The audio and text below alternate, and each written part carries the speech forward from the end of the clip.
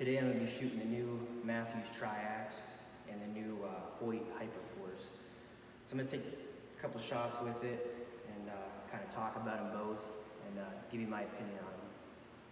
This bow's set at 70 pounds and 26-inch draw.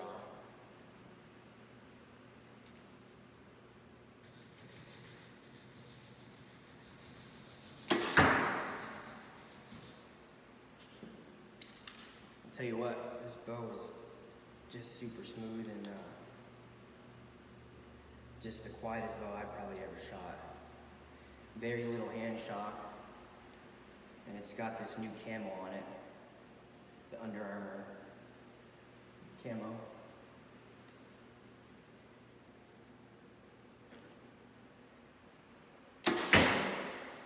I've been shooting the Mathews Creed for about 4 years now, and it's just like a night and day difference.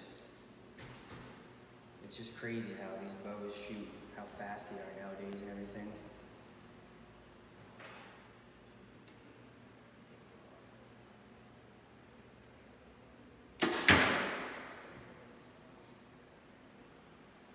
That's the Mathews Triax. Alright guys, this is the new Hoyt Hyperforce. 27-inch draw, 70 pounds. It's going to be a little bit long for me, but that's going to be okay.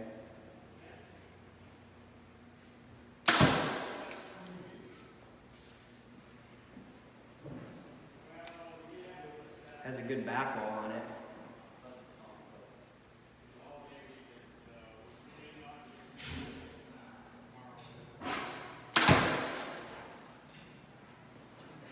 Shoots super fast too.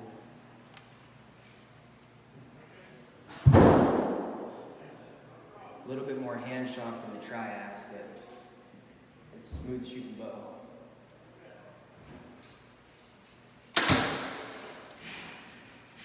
That's the new Hoyt Hyperforce. Alright guys, I'm back at the house. I'm going to talk about the new Mathews Triax and the new Hoyt Hyperforce. I'm going to start out with the Mathews Triax first with the specs. It's a 28-inch axle-to-axle bow, so it's pretty short for blind or tree stand hunting. 6-inch brace height. The bow weighs about 4.4 pounds. The IBO rating is up to 343 feet per second, so it's pretty fast. The draw weights range from 50, 60, and 70 pounds, and the draw lengths are from 24.5 to 30.5. And it features the cross-centric cam, which is the same cam that's on the popular Halon bows. Pretty smooth cam and fast. You can choose from 75 to 85% let off on it. Now some information and my opinions on the bow. It comes in 7 camo finishes. The bow that I have is in the Ridge Reaper Forest camo. It looks pretty cool. It's got a lot of green in it, a lot of white, stuff like that. It's their newest camo they got out from Under Armour. Some things I wrote down on it, it's very, very quiet. Probably the quietest bow I've ever shot. It has 0 hand shock. It features this new harmonic stabilizer here, which is in the front of the bow. And all the other bows, it was in the back here. But Mathews tried this new thing this year, and they put the stabilizer in the front here, which helps the vibration from all 3 axles of the handle here. They explained it in one of their videos, and it's supposed to absorb a lot more of the hand shock there, and it take a lot of the vibration and the sound out of the bow. If you can tell, it's pretty beefy. It's got a pretty beefy riser on it, so it definitely absorbs a lot of the shock as well on there.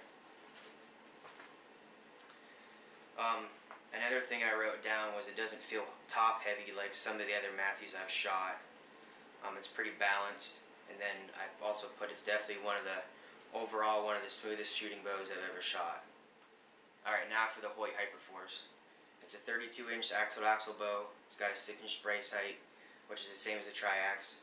It weighs 4.3 pounds without accessories. The IBO rates at 340 feet per second.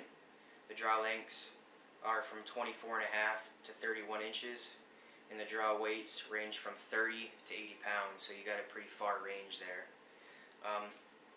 It features the ZT Hypercam, which Hoyt talked about it in one of their videos as well.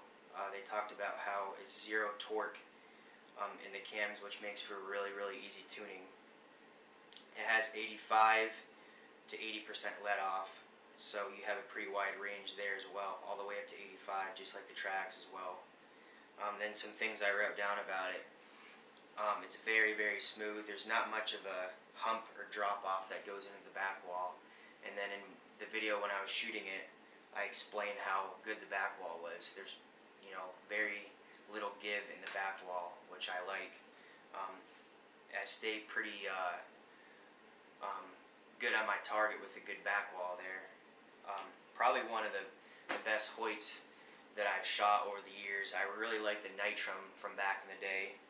It actually felt a lot like the Nitrum 30, but it was a little bit longer, and the cams are bigger too. It seems like all the companies nowadays are going to these bigger cams, because with these bigger cams, it's going to feel like a longer axle bow, which this Triax here is 28 inches.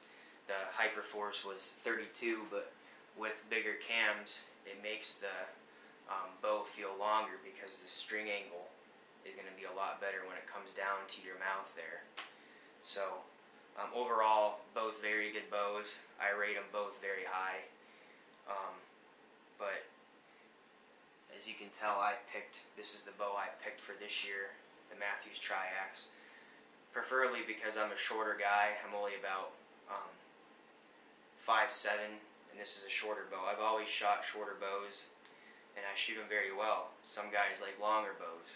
So if you guys like the longer bows, you might like the Hyperforce better. It's about 4 inches longer, and it does have pretty big cams like this one does. So both very good bows, both very smooth. I think they both were just about as smooth. I mean, I don't know which one was smoother, but they were both probably pretty equal in that. I'd probably give the back wall to the Hoyt. And one thing about the Hoyt, that it does balance very well. I've seen in some of their videos that there was guys, holding the Hoyt out with one finger, and it was balancing very well. It wasn't going to one side, and it was bouncing very well. But like I said, the Triax did balance very well. Balance a lot better than most of the Mathews I've shot in the past. But the Triax is definitely a lot quieter and a lot less hand shock, but the Hoyt was very quiet, if you can tell in my video. So both very good bows. You got to choose for yourself, though. These are just my opinions on both. So take it how it is. Go to your local shop, shoot them both, and then you got to choose your bow from there. So hit that subscribe button, please, and we'll have more videos to come. Thanks, guys.